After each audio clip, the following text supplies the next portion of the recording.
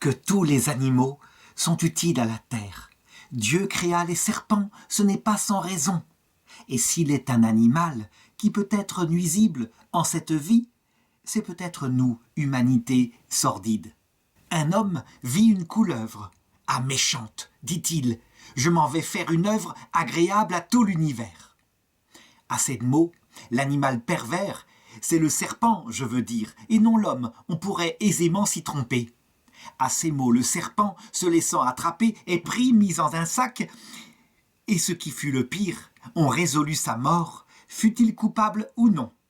Afin de le payer, toutefois de raison, l'homme lui fit cette harangue. Symbole des ingrats, être bon aux méchants. Cet être sot meurt donc, ta colère et tes dents ne me nuiront jamais. Le serpent, en sa langue, reprit du mieux qu'il put. S'il fallait condamner tous les ingrats qui sont au monde, à qui pourrait-on pardonner?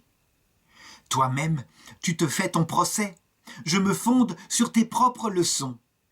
Jette les yeux sur toi, mes jours sont en tes mains, tranche-les, ta justice, c'est ton utilité, ton plaisir, ton caprice. Selon ces lois, condamne-moi, mais trouve bon qu'avec franchise, en mourant au moins je te dise que le symbole des ingrats, ce n'est pas le serpent, c'est l'homme. Ces paroles très fortes firent arrêter l'autre. Il recula d'un pas. Enfin, il repartit. « Tes raisons sont frivoles. Je pourrais décider, car ce doigt m'appartient. Mais discutons-en. »« Soit fait, dit le reptile. Une vache était là. On l'appelle, elle vient. Le cas est proposé. C'était chose facile. Fallait-il pour cela, dit-elle, m'appeler ? La couleuvre a raison. Pourquoi dissimuler? Je nourris cet homme-là depuis de longues années. Tout n'est que pour lui seul. Mon lait et mes enfants le font à la maison revenir les mains pleines.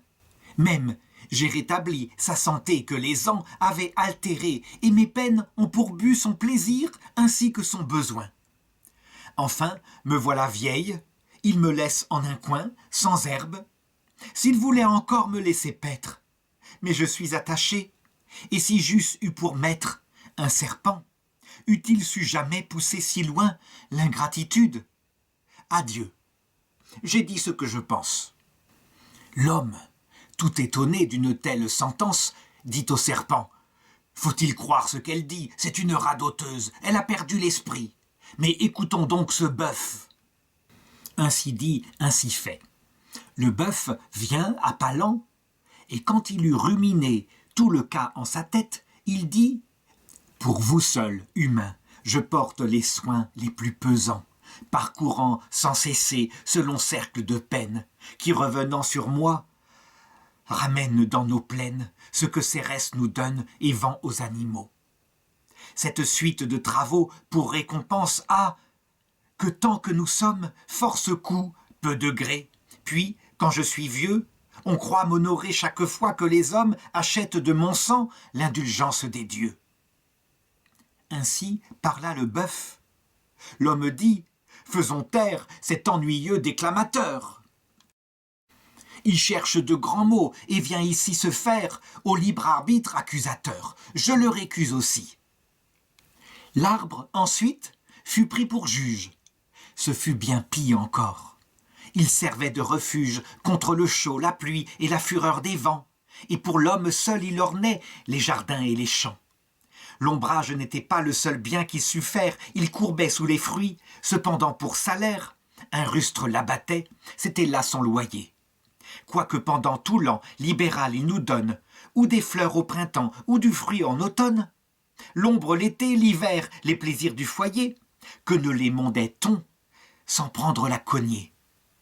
De son tempérament, il eût encore vécu. L'homme était en colère et n'admettait pas qu'on l'ait ainsi vaincu.